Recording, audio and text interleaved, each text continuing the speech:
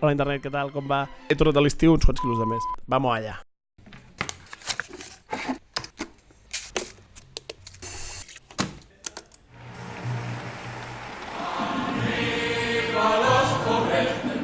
Sigui per interès polític o per costum, la majoria de partits i individus i mitjans de comunicació de l'estat espanyol es refereixen al PSOE i a tots els seus fills autonòmics com a partit d'esquerres.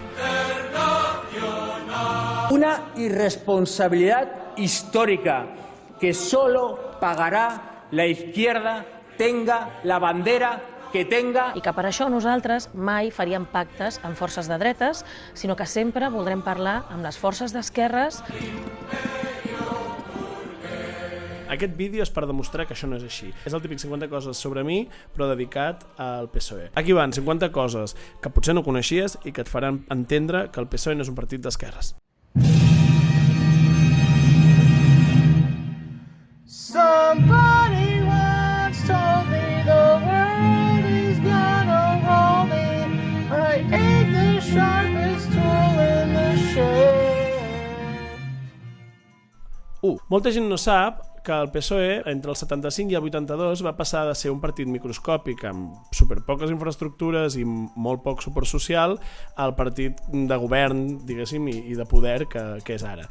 I darrere d'aquest canvi no hi va haver un moviment popular, diguéssim, autònom. El que hi va haver és el suport econòmic d'una fundació propera al Partit Socialdemòcrata alemany. La fundació es deia Friedrich Ebert. Van finançar i van formar el PSOE d'aquell moment i van reforçar-ne l'ala més moderada. Per què van fer això els socialdemòcrates alemanys? Per arrabassar els comunistes que es consideraven més radicals i per tant més perillosos el poder de les esquerres a Espanya. De fet era aquesta fundació alemanya qui pagava els salaris, els lloguers, les despeses del primer PSOE, vull dir que no era un suport petit, era un suport estructural bàsic. I això bàsicament el que va comportar és que el PSOE va aconseguir expandir-se territorialment sense tenir realment una base social. La base social la va aconseguir després, un cop ja tenia tota aquesta infraestructura muntada.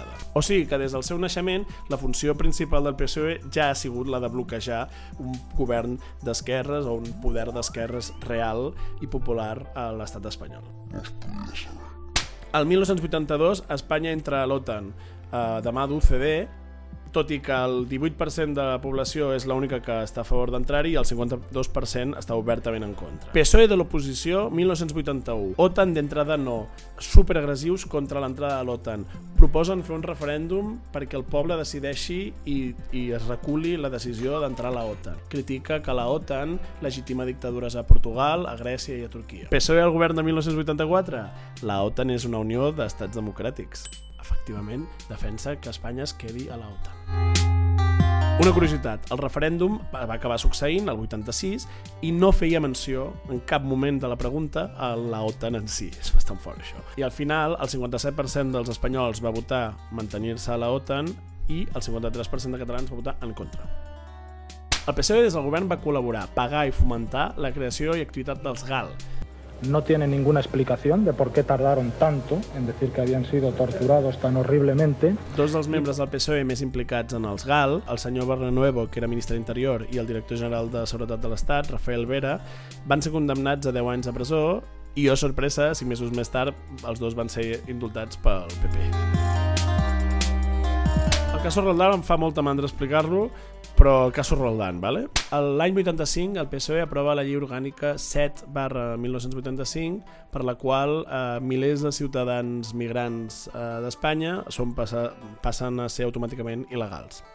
Per cert, recordeu l'Aquarius? Somos una democracia garantista en el respeto de los derechos humanos y de nuestras obligaciones también para cada una de las personas que llegan a nuestro país. Y somos un país avezado en las políticas sociales de acogimiento, de refugio y de ayuda.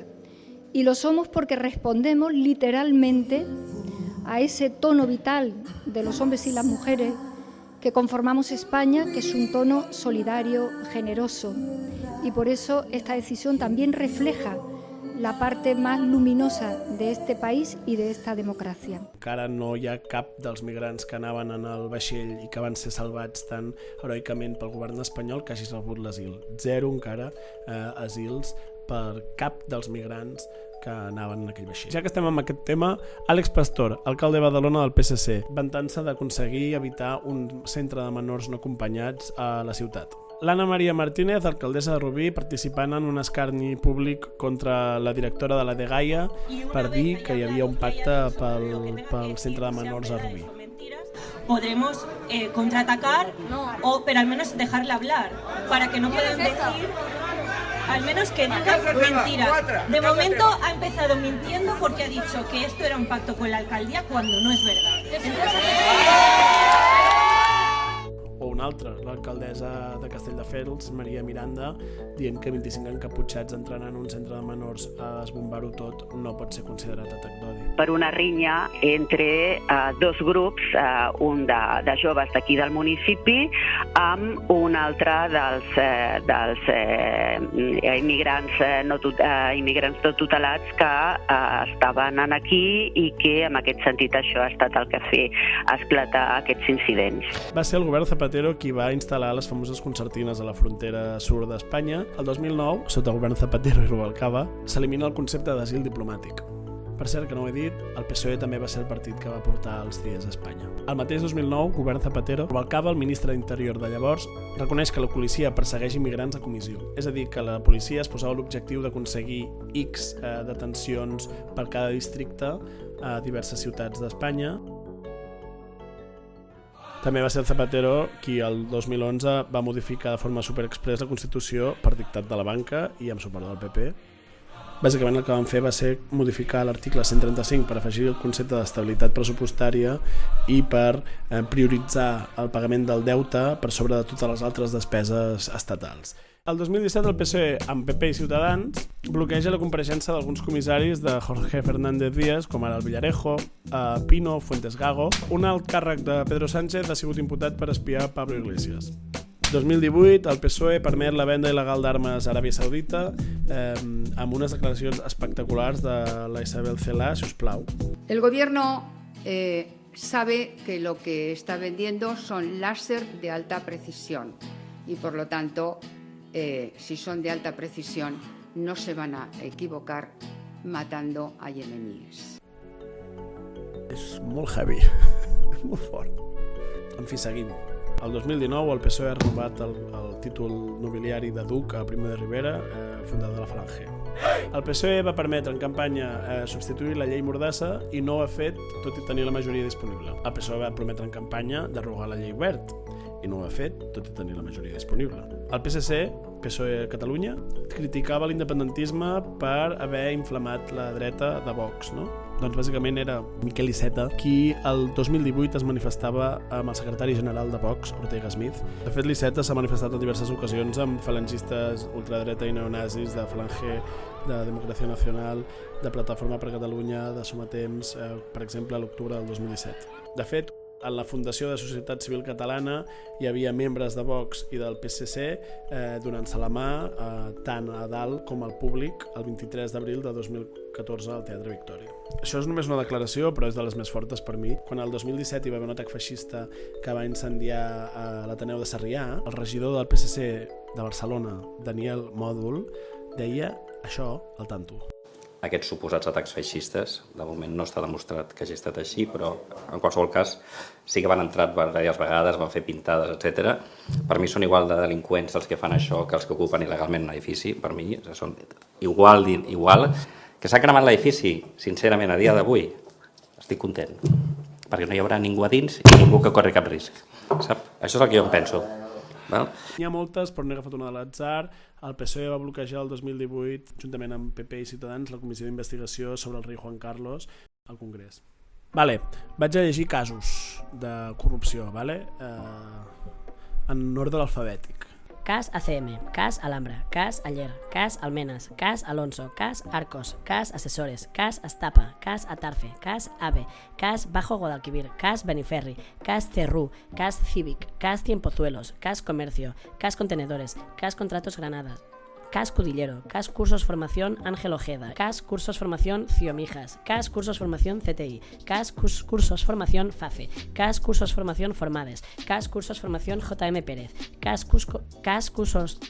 cas Cursos Formación Rafael Velasco, cas de los Ávales, cas d'Ivalterra, cas Dolores Reyes, cas Edu Huelva, cas Eivisa Crea, cas Eivisa Crea Iglesia, cas Enchufes Vivo, cas Enredadera, cas OERE, cas ERE Anovo, cas ERE Acico, cas ERE Aglomerados Morell, cas Alcolea del Río, cas Ayuntamiento San Nicolás, cas Cenforpre, cas Centro Aceitunas, cas ECMASA, cas Empresa ABB, cas 2000 años más tarde. Ralburu, cas Valle Gran Rey, cas Vertedero Nerja.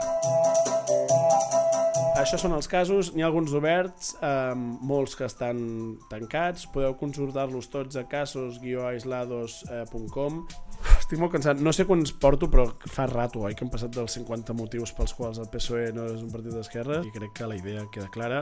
Fareu un vídeo més perquè hi ha 1000 coses que em venen al cap, com ara això. ¿Por qué los Estados Unidos de América tienen mayor nivel de integración política? Primero, porque tienen el mismo idioma todos, y segundo, porque tienen muy poca historia detrás. Nacieron a la independencia prácticamente sin historia. Lo único que habían hecho era matar a 4 indios, pero aparte de eso fue muy fácil.